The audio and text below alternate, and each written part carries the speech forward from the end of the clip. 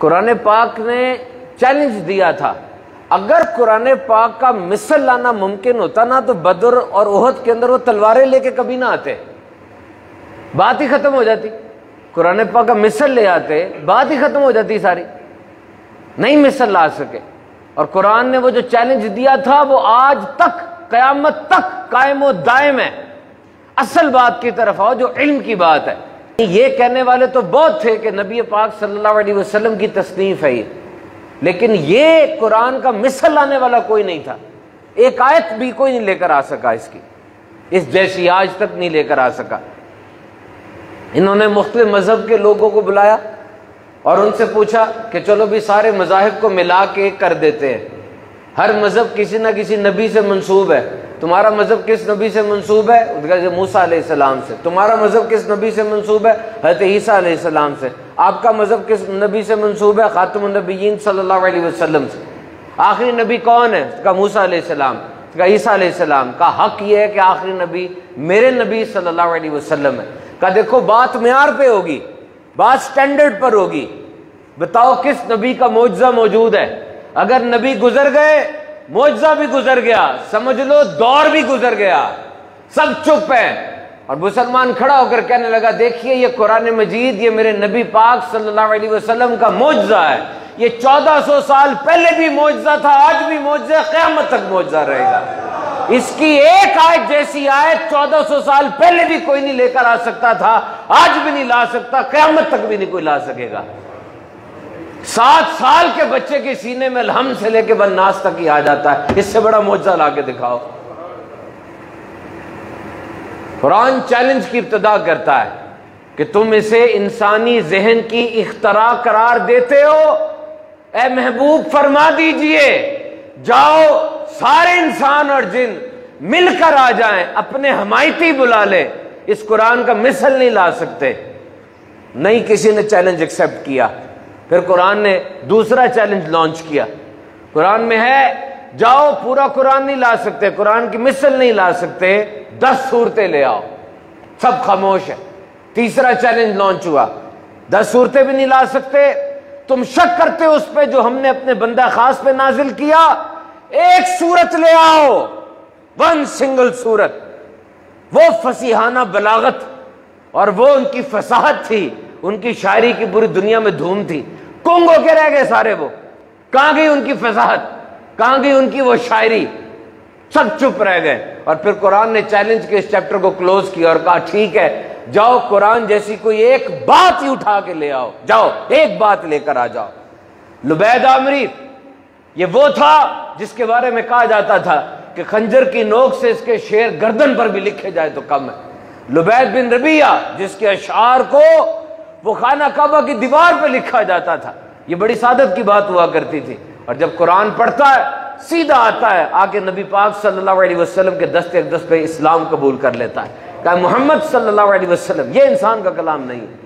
عتبہ بن ربیعہ مروجہ علوم میں، سخن میں اور اس فن کے اندر ماہر سمجھا جاتا تھا، آیا آ کر اس نے فصاحت و بلاغت کا می برسا دیا، کہنے لگا محمد صلی اللہ علیہ وسلم ہمارے بتوں کو برا نہ کہے، بہت بولا بہت بولا۔ نبی پاک صلی اللہ علیہ وسلم نے اس کی بات سنی اور پھر کہا پھر اگر وہ منہ پھیرے تو تم فرماؤ کہ میں تمہیں ایسی کڑک سے ڈراتا ہوں جیسی کڑک عاد و سمود پر نازل ہوئی تھی۔ حضور کے دہنے اقدس پہ ہاتھ رکھ دیا اس نے اور کہنے لگا مجھے لگتا ہے کہ یہ کڑک مجھ پہ نازل ہونے والی ہے، مجھے بتائیے۔ یہ لبید بن ربیعہ، عتبہ بن ربیعہ اتھارٹیز تھی نا، یہ سبجیکٹ کے اوپر ایکسپرٹ تھے، کس چیز نے ان کو چپ کرا دیا؟ جبکہ نبی پاک صلی اللہ علیہ وسلم کی ولادت ان کے درمیان ہوئی اور نبی پاک صلی اللہ علیہ وسلم کی بے عیب جوانی، کوثر و سلسبیل میں دھرا ہوا لڑکپن، معصوم بچپن، سب کچھ ان کے سامنے تھا۔ مجھے بتائیں کیا نبی پاک صلی اللہ علیہ وسلم کے خاندان کے اندر کوئی شاعر ایسا کوئی نامور گزرا؟ نہیں۔ کیا حضور نے کسی جگہ پہ جا کے کبھی اپنا شعر کا کلام سنایا؟ نہیں۔ کیا نبی پاک صلی اللہ علیہ وسلم سے کوئی ایسی بات پہلے منسوب تھی؟ نہیں۔ ایک دم قرآن کیسے آ گیا جس نے سارے عرب کو کنگ کر کے رکھ دیا؟ ابن مققع یہ بھی بہت ایک بڑا قادر الکلام شخص سمجھا جاتا تھا، اور اس نے جب یہ چیلنج سنا، جو چیلنج میں نے آپ کو بتایا، یہ کھڑا ہو گیا تھا اور کہنے لگا میں جاتا ہوں اور جا کر قرآن کا مثل لے کر آتا ہوں معاذ اللہ۔ اس نے کوئی چیز لکھ لی اور لکھ کر پھر باہر آیا کہ جاؤں جا کے اہل عرب کو بتاؤں کہ میں نے لکھ لیا ہے۔ اور جب ایک مدرسے کے باہر سے گزرا، سورہ ہود کی تلاوت کر رہا تھا ایک بچہ، اور فرمایا اے زمین اپنا پانی نگل جا اور اے آسمان تھم جا، اور پانی خشک کر دیا گیا، کام تمام ہو گیا، کشتی جودی پہاڑ پر ٹھہر گئی۔ اس نے سنا، پلٹا، جا کر اپنی تحریر کو مٹا دیا اور کہنے لگا اس کلام کا مثل نہیں آ سکتا۔ محترم سامعین کرام، قرآن مجید وہ کلام ہے، وہ عظیم الشان کلام ہے کہ جس کا مثل نہیں آ سکتا۔ ایک مصنف تھا، وہ پاکستان سے کسی دوسرے ملک میں پہنچا، وہاں پہ انقلاب آیا تھا، اور انقلاب کے بعد اسلام کی چیزوں کو مٹایا جا رہا تھا، پیچھے کیا جا رہا تھا۔ وہ وہاں پر گئے، جمعے کا دن تھا، کہنے لگے ہم نے جمعہ پڑھنا ہے۔ کہا جی تمام مسجدوں پہ تالے لگ گئے، وہ ایک جگہ ہے وہاں جا کر اگر آپ پڑھ سکے۔ گئے، تالا کھولا، اپنی نماز پڑھی۔ اب محلے داروں نے کہا یہ کوئی نیک آدمی لگتا ہے کہ اس نے ڈھونڈ کے جمعہ پڑھا ہے اور اپنی نماز پڑھی ہے، زور پڑھی ہوگی۔ کہا آ جائیں ہمارے گھر میں مہمان نوازی ہماری، آ جائیں اور ہمارے گھر میں کچھ کھانا وغیرہ کھائیں۔ وہ گئے تو کیا دیکھا کہ وہاں قرآن پاک کے کچھ صفحات موجود ہیں، تو میزبان نے ڈر کے وہ صفحات بھی چھپانے چاہے۔ کہ کیا مسئلہ ہے؟ کہا کسی کے گھر سے قرآن مجید کا کوئی ایک نسخہ بھی نکل آئے نا تو اس کو سزا ہو جاتی ہے، بڑا بھیانک قسم کا انقلاب آیا ہے۔ کہتے ہیں اچھا جب یہ حالات آ گئے ہیں تو پھر بچوں کا کیا ہوگا، نئی نسل کا کیا ہوگا؟ کہاں ہے؟ سنیں ذرا، بلائیں بچے کو، بلائیں بچے کو، بلایا، بلا کر کہا الف لام میم، بچے نے پورا پارا سنا دیا۔ وہ حیران رہ گئے، ایک کو نثر پڑھنے کا کہا، اس نے ناظرہ پڑھنا شروع کر دیا۔ کہا یہ کیا ہے؟ کہا یہ جتنے بچے کھیل رہے ہیں یا حافظ ہیں یا ناظرہ قرآن پڑھنے والے ہیں، ہمارے سینوں میں جو تھا ہم نے ڈائریکٹ اپنی نسل کو بٹھا کر چھپا کر منتقل کرنا شروع کر دیا۔ وہ پکار اٹھا کہ حق کہا رب تعالیٰ نے قرآن میں کہ ہم نے اس قرآن کو نازل کیا اور ہم ہی اس کی حفاظت فرمانے والے ہیں، اس کو کون مٹا سکتا ہے؟ تو جن و انس کسی مخلوق میں یہ طاقت نہیں ہے کہ قرآن پاک میں کمی بیشی یا تحریف کر سکے، اور یہ ثابت ہے بات۔ 1400 سال ہو گئے، ایک غیر مسلم خلیفہ مامون رشید کے پاس آیا تھا اور آ کر اس نے بڑا نفیس اور عمدہ کلام کیا۔ خلیفہ مامون رشید نے اس کو اسلام کی دعوت دی، نہیں مانا۔ سال بعد آیا، مسلمان ہو چکا تھا، اور فقہ کے موضوع پہ اس نے بڑا زبردست 1 گھنٹے کی تقریر کر دی۔ خلیفہ مامون رشید نے کہا تجھے کس بات نے اسلام قبول کرنے پر آمادہ کیا؟ ہماری دعوت تو نے قبول نہیں کی تھی۔ وہ کہنے لگا میں یہاں سے گیا، میں نے تورات کے اندر کچھ تبدیلی کی، اور جو لوگ تورات کو مانتے ہیں ان کو وہ تبدیل شدہ نسخہ دیا، انہوں نے رکھ لیا۔ پھر میں نے انجیل میں کچھ تبدیلی کر دی، اور انجیل کا وہ تبدیل شدہ نسخہ ان کو دیا، انہوں نے رکھ لیا۔ پھر میں نے قرآن پاک میں کچھ تحریف کر دی، اور کسی اسلامی کتب گھر میں جا کے ان کو کہا یہ رکھ لو، انہوں نے پہلے لے کر اچھی طرح پڑھا اور پھر کہا نہیں یہ ہمارا قرآن نہیں ہے۔ میں نے کہا واقعی یہ ڈیوائن سیٹ اپ ہے، اور میں نے اسلام قبول کر لیا۔ تو محترم سامعین کرام، یہ بات یاد رکھیے کہ دنیا میں لاکھوں کروڑوں کتابیں لکھی گئی ہیں، ہر کتاب کا اپنا ایک وزن، اپنی ایک اہمیت ہے، لیکن کوئی کتاب بھی ایسی نہیں ہے جس کا موازنہ، مقابلہ قرآن پاک سے سوچا بھی جائے۔ بعض لوگ کہتے ہیں کہ قرآن پاک میں ایک ترتیب نظر نہیں آتی، موضوعات شفل ہوتے ہیں، تو یہ تو آپ کا ادب ہونا چاہیے کہ جب آپ نے قرآن پڑھنا ہے، قرآن جس طرح موضوع بدلتا جائے آپ کی طبیعت کا رنگ بھی ویسے بدلتا جائے، قرآن کے رنگ میں رنگتے چلے جائیں۔ کبھی مہاجرین کی بات ہو رہی، کبھی قیامت کی بات، نماز صلات کا ذکر آ گیا، زکوٰۃ کی بات آ گئی۔ باقی ہم مانتے ہیں ترتیب قرآن پاک کے اندر ویسی وہ نظر نہیں آتی جو دیگر کتب کے اندر ہے، لیکن آپ قرآن کا موازنہ نہیں کر سکتے۔ قرآن اللہ کا کلام ہے۔ تاریخ کی کتاب جب آپ پڑھتے ہیں نا، تاریخ دان کا کام آپ کو صرف تاریخ کے بارے میں بتانا ہے۔ جب آپ معیشت کی کتاب پڑھتے ہیں، اس اکانومسٹ کا کام آپ کو معیشت کے اسرار و رموز سمجھانا ہے۔ جب آپ قانون کی کتاب پڑھتے ہیں، اس لائر کا کام آپ کو صرف پاکستان پینل کوڈ کے بارے میں بتانا ہے۔ لیکن قرآن وہ نہ لا کی کتاب ہے، نہ جیولوجی کی، نہ باٹنی کی، نہ کامرس کی، نہ سائنس کی، نہ انجینئرنگ کی، نہ میڈیکل کی، بلکہ یہ سارا کچھ قرآن کے اندر موجود ہے۔ یہ ضروری نہیں ہے کہ سارا آپ کو مل جائے، یہ ضروری نہیں ہے، حضرت علی فرماتے ہیں کہ میں چاہوں تو سورہ فاتحہ کی تفسیر سے 70 اونٹوں کو بھر دوں. ایوری تھنگ از ان قرآن. اور فرمایا سورہ انعام میں ہم نے اس کتاب میں کوئی شے نہیں اٹھا رکھی، ہر خشک اور تر چیز کا بیان اس کتاب میں ہے. تو زمین سے لے کے آسمان کے اوپر تک جو کچھ ہے یا تو خشک ہے یا تر ہے، اور سارا خشک اور تر قرآن کے اندر موجود ہے. حضرت عبداللہ ابن عباس ترجمان قرآن ہیں، آپ اس امت کے بہت بڑے عالم ہیں، اور آپ فرماتے ہیں کہ میرے اونٹ کی رسی گم جائے میں قرآن کھول کے ڈھونڈ لوں گا. یہ تو ڈیپینڈ کرتا ہے. یہ آپ کے ساتھ جنرل ہاسپٹل ہے. اب بیسک سائنسز کی کتاب لیجئے، انیٹمی کی یا جو کن کی کتاب ہوتی ہے میڈیکل سائنس کی جو بیسک کتاب ہے فرسٹ ایئر سیکنڈ ایئر کی، وہ جا کے ایک ہاؤس آفیسر کو دیں جو ابھی چھوٹا ڈاکٹر ہے، وہ اپنے علم کے لحاظ سے معنی اخذ کرے گا. وہ آپ سینئر رجسٹرار کو دیں، وہ آپ اسسٹنٹ پروفیسر کو دیں، فل پروفیسر کو دیں، ڈین کو دیں. ہر بندہ اپنے علم کے لحاظ سے اس کتاب سے چیزوں کو اخذ کرے گا. تو قرآن مجید جو جیسا ماہر ہوگا اتنا پڑھتا چلا جائے گا.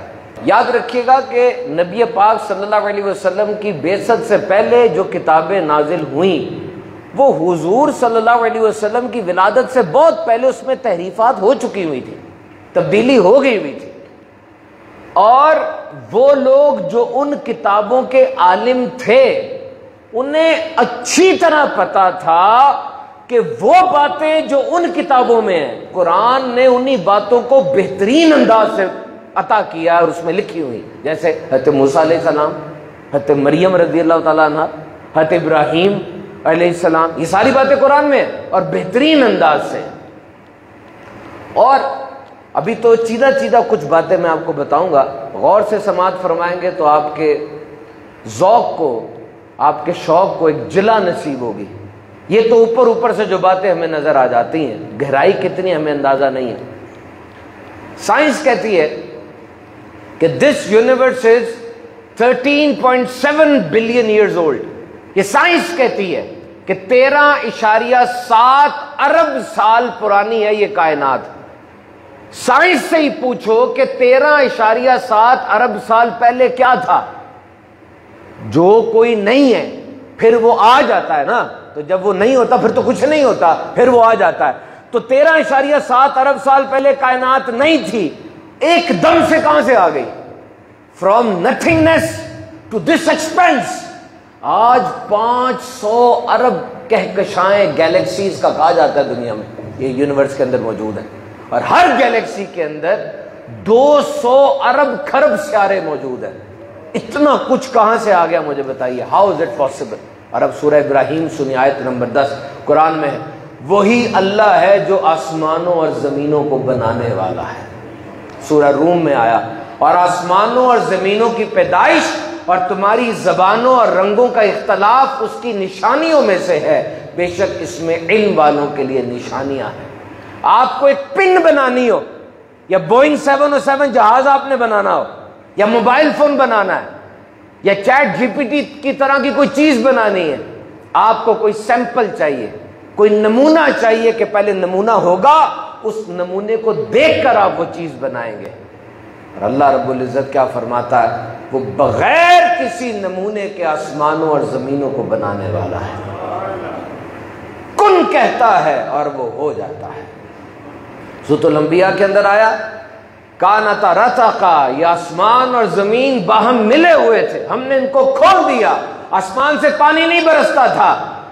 کائنات میں کئی سیارے ایسے جن میں آگ کی بارش ہوتی ہے، کئیوں میں پارے کی، مرکری کی، کئیوں پہ ہیروں کی بارش ہوتی ہے، اور یہ زمین وہ واحد سیارہ ہے جہاں پر پانی کی بارش ہوتی ہے.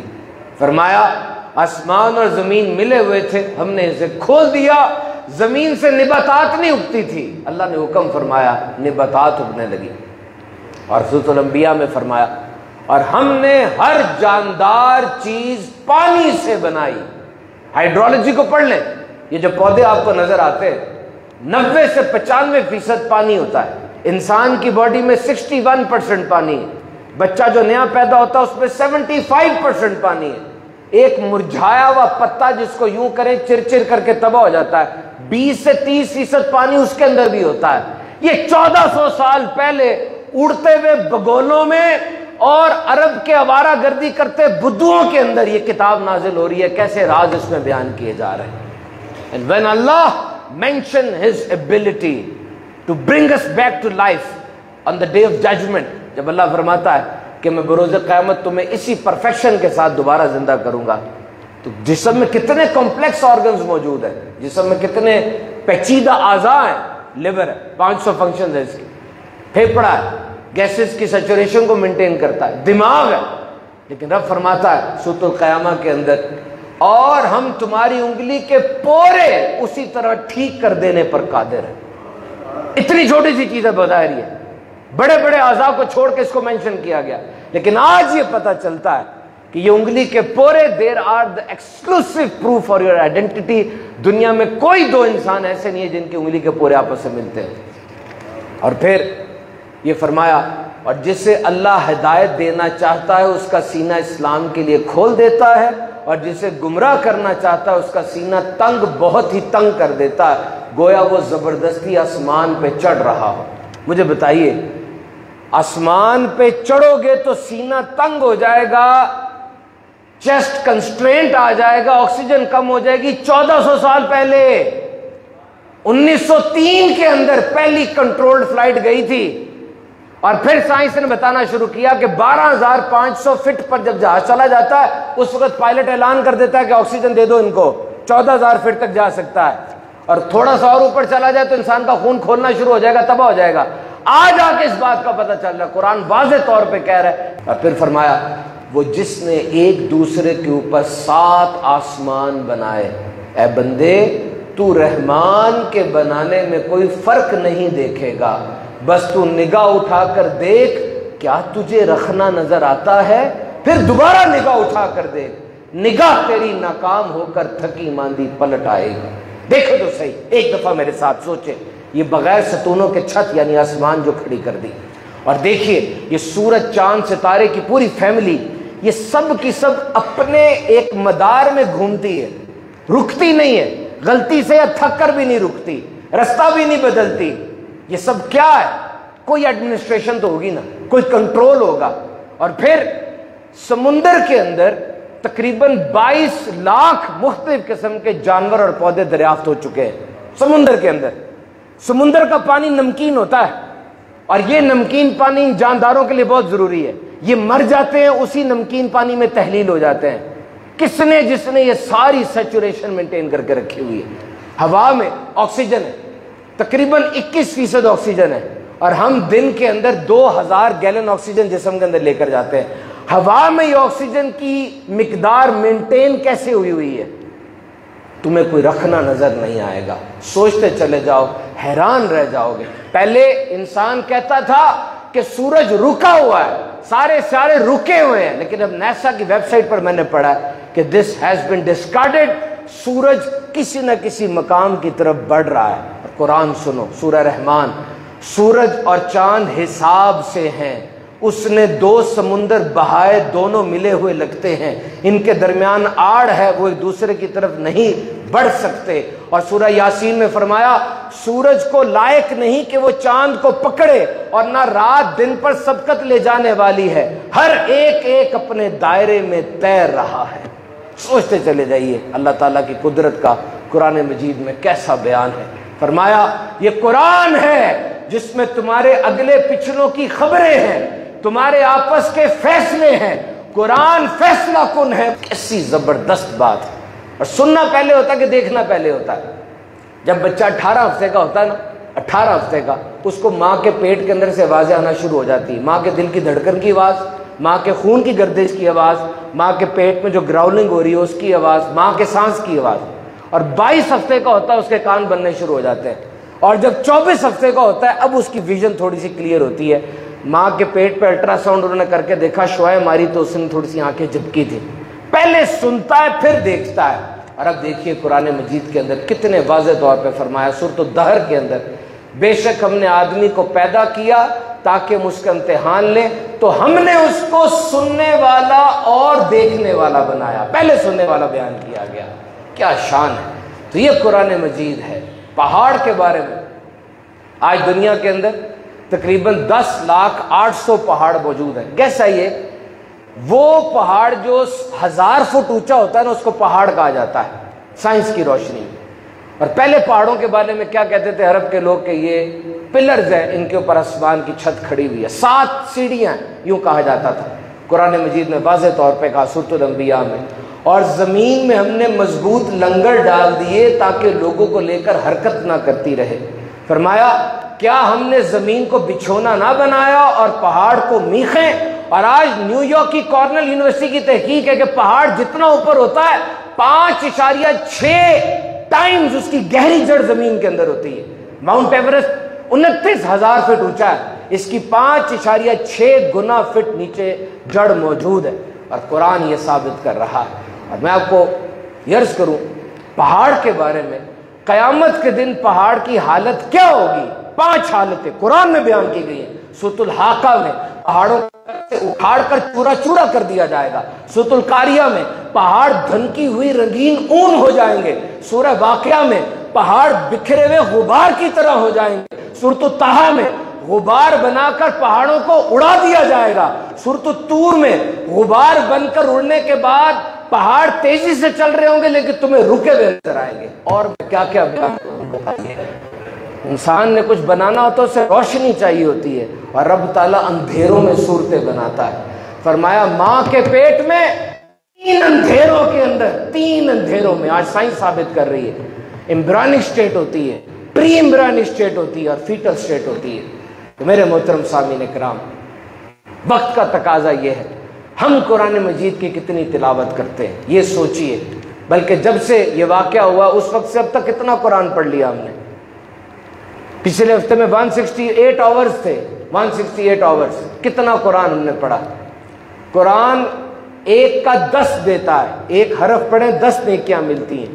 اگر نماز کے اندر پڑھ رہے ہیں کھڑے ہو کے تو 1 کی 100 نیکیاں ملتی ہیں. مجھے بتائیے کیا قرآن صرف 1 کا 100 ہی دیتا ہے, 1 کا لاکھ نہیں دیتا, 1 کا کروڑ, 1 کا ارب نہیں دیتا. کیا قرآن سے آپ ٹریڈ کر رہے ہیں. ایک بندہ ٹیکسی میں بیٹھا, ٹیکسی والے نے تلاوت لگا دی. بندے نے پوچھا کوئی مر گیا ہے؟ کہا ہاں ہمارے ضمیر مر گئے ہیں کہ ہم نے قرآن کو صرف موت کے لیے رکھا. ایک بادشاہ گورنر سے کہتا ہے شہر میں محل بناؤ میرا. وہ گورنر روزانہ بادشاہ کا خط چوم رہا ہے, محل نہیں بنا رہا, روز چوم رہا ہے, محل نہیں بنا رہا. مہینے کے بعد بادشاہ آ کر کہے گا کدھر ہے محل. وہ کہے گا بادشاہ سلامت جو خط آپ کا آیا تھا نا وہ تو میں روز چوم رہا تھا. کیا وہ گورنر بادشاہ کے عطاب کا حقدار نہیں ہوگا. پڑھنا قرآن کو بہت بڑی نیکی ہے, لیکن یہ صرف کافی نہیں ہے. قرآن قبر کا ساتھی ہے. قرآن انسان کو قبر کے عذاب سے بچائے گا. دیکھو اس کی تیاری کر لو. ایک لاش ہو نا, لاش بندے کی, اس لاش کے پاس جا کر کہو تمہارے لیے میں نے 2 کروڑ کی کوٹھی لی ہے, کچھ ہوگا اسے. اس کو کہو تمہارے لیے بینٹلے, لیمبورگینی اور آڈی گاڑی لی ہے میں نے, ہلے گی لاش. کیوں؟ یہ انسان انہی کاموں کے لیے تو ساری زندگی کام کر رہا ہے. ایک ایک سیکنڈ اس کا یہی باتیں سوچتے ہوئے گزر رہی ہیں, آج وہ ہل بھی نہیں رہا. اس کا مطلب یہ ہوا کہ صرف اور صرف جو چیز ہے نا وہ زندگی ہے. زندگی نکال لی گئی, یہ سارا کچھ چلا گیا, یہ سب کچھ صرف آپ کے دماغ میں ہے. زندگی اگر ہے اس کی قدر کرو, قرآن پڑھو. ایک فرشتہ رب تعالیٰ کی طرف سے دن میں ندا کرتا ہے, دن میں کہتا ہے اے 40 سال والو, اے 40 سال والو فصل کاٹنے کا وقت آ گیا. اے 50 سال والو حساب کی تیاری کر لو. اے 60 سال والو تم نے آگے کیا بھیجا اور پیچھے کیا چھوڑا. اے 70 سال والو تمہیں کس چیز کا انتظار ہے. کاش مخلوق پیدا ہی نہ ہوئی ہوتی, اور اگر پیدا ہو گئی تو اپنا مقصد جان لیتی. مقصد کیا ہے؟ قرآن مجید میں آیا ہم نے انسانوں اور جنوں کو صرف اس لیے بنایا کہ میری عبادت کرے. عبادت کے تصور کو ٹنل ویژن میں نہ لے کے جاؤ. اگر آپ تجارت کر رہے ہو اسلام کے اصولوں کے مطابق, یہ بھی اللہ کی رضا والا کام ہے. دسترخوان پر بیٹھ کے اپنی بیوی کے منہ میں نوالا ڈال رہے ہو اچھی نیت سے, یہ بھی اللہ کی رضا والا کام ہے. فرشتہ کہتا ہے کاش مخلوق پیدا نہ ہوئی ہوتی, اگر پیدا ہو گئی اپنا مقصد جان لیتی. قیامت قریب ہے, ہوشیار ہو جاؤ.